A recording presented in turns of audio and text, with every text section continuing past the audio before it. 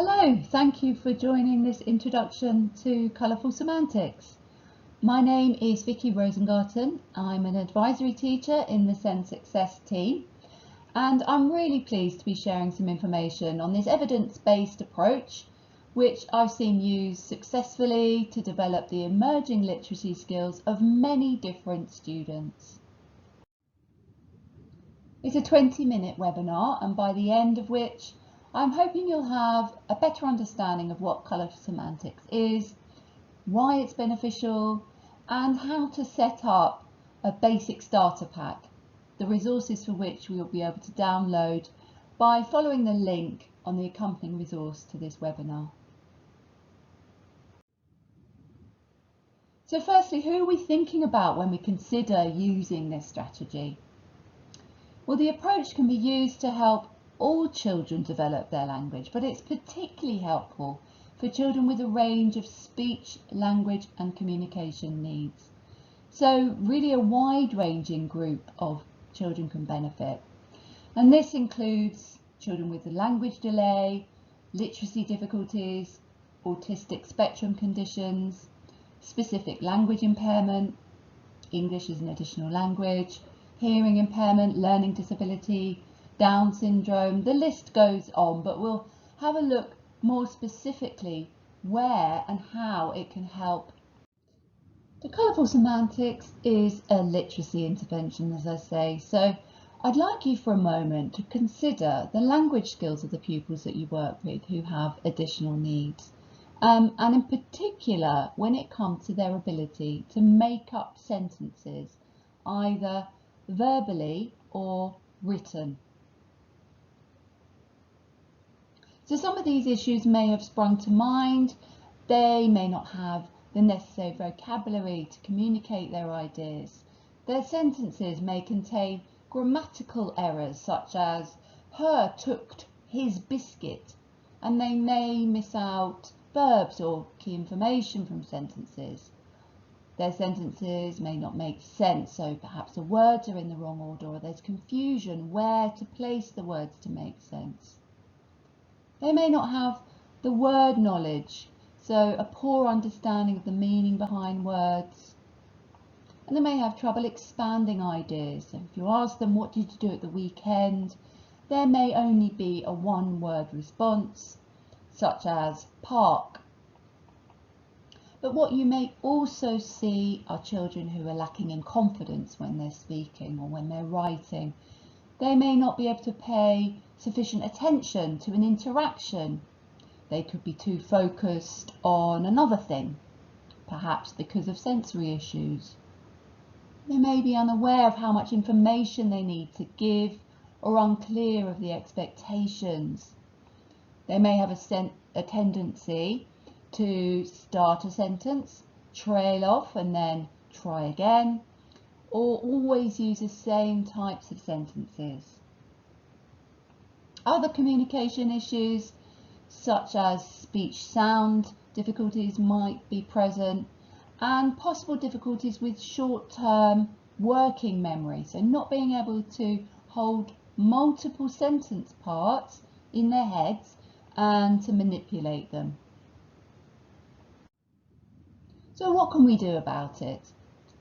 So if a child can't hold the words necessary to make a sentence in their working memory, or they're not able to retrieve the right vocabulary to express themselves clearly, we can take those words and present them in a pictorial or written format and put them on the table in front of the student on a sentence strip so that they can understand sentences and then construct their own sentences using these visual supports.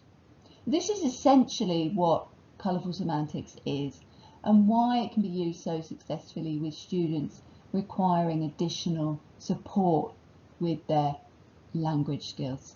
So it's targeting those pupils who are starting to develop language and have limited vocabulary, through to the confident talkers who struggle to organise the grammatical content of their sentences. So that's why it's such a wide-reaching approach with a strong evidence base. The Colourful Semantics was developed by Alison Bryan, a speech and language therapist from the UK, and it uses a colour coding system that shows the structure of a sentence using coloured cue cards, each of which represent a word or a part of a sentence. The system reassembles sentences by cutting them up into their thematic roles, so subject, verb, object, location in this example. This creates structured and graded sentences which really help the children to visualise language. And often the children we work with have a relative strength in their visual processing skills and benefit from multi-sensory teaching strategies, and Colourful Semantics capitalises on this strength. So Colourful Semantics has a range of levels and phases, and levels 1 to 4 include who, what doing, what and when. You can see how these correspond to the subject, verb, object and location. And as the children progress through the graded programme, the colour coding also includes adjectives, adverbs, prepositions, conjunctions and negatives. So there is scope to expand, but this webinar will be looking at levels 1 to 4. So let's have a look now in a little more detail at the skills that children develop using this approach so that you can consider the pupils you work with and how they could benefit. So firstly, it reduces the frustration associated with having a language and communication impairment, as it provides a clear framework for building language skills which the children find to be predictable and reassuring. It reduces the demand on the working memory, so it frees up headspace for constructing the sentences. So the visuals provide these scaffolds to facilitate more fluent sentence building. And they're using different modalities to learn about making sentences, and they will really benefit from these hands-on learning approaches. It helps the children to develop their receptive understanding of sentences and instructions, so we can reinforce our spoken requests with coded visuals. So we might say to the children, such as, where do we put our finished painting? And we might use a blue coded where card to reinforce the question. And it helps the children follow discussions more easily and communicate their own ideas effectively. It helps them to answer questions and generate responses to questions more easily. And helps the children to develop competent expressive use of simple and then gradually more complicated sentence structures, so they can increase their language, use longer sentences, supporting vocabulary learning, the use of nouns, verbs, pronouns, prepositions, adjectives, and reduce grammatically correct sentences when they're speaking, and then hopefully this oral system is transferred into their written sentences, so you're ensuring grammatical structures are in the right order. And then also developing a concept of narrative, helping the children understand what makes up a story. It improves their storytelling skills as they can see the coded components that are required. So it's very clear how many ways Colourful Semantics can support language development. So I'm going to take you now through levels 1 to 4 step by step. So if a child only has single words and is not yet building sentences, that's either verbally or in a written form, they will need to start by working on who only, so level 1. And level 1 is always represented by the colour orange and introduces who, so the subject. And it's the first to appear on the sentence strip. So we help them to understand different questions by associating them with a colour. So in this instance, when you're reading a book, for example, you could ask them, who is the story about? And you show the child an orange question prompt so that they understand what kind of answer you're looking for. So in this example, we might say, let's talk about who is in the picture. So they can verbally respond and then encourage them to choose a corresponding card from maybe a selection of 2 or 3, the one that matches, and then place it in front of the photo. And then we say together, the man is in the photo. And then you ask the child to model that language and you write that out underneath and then read it again and ask the child to read out the man, and then they, dependent upon their writing skills, ask them to write that out themselves. Now we don't move on to the next level until the child consistently understands the concept being taught, so that who directly identifies the subject of the picture. And moving on to level 2 then, when they're confident with the who, level 2 is always represented by the colour yellow and introduces what doing, or the verb. And it's the second to appear on the sentence strip. And it's describing the actions of the subject. So we've already identified that there's a man in the photo, and then we ask, what is the man doing? And they begin to associate these doing questions with yellow. And again, offer the child a selection of different verbs, and hopefully the child will be able to select the correct yellow card and then begin to construct the sentence. We then model the language by saying the man is eating, and the child copies, and then you write it down and read it out again. And again, dependent upon the ability of the child, ask them to write it out as well, and then they read it back. Now, if a child is already using 2-word phrases, such as girl skipping, they might be able to start at level 3.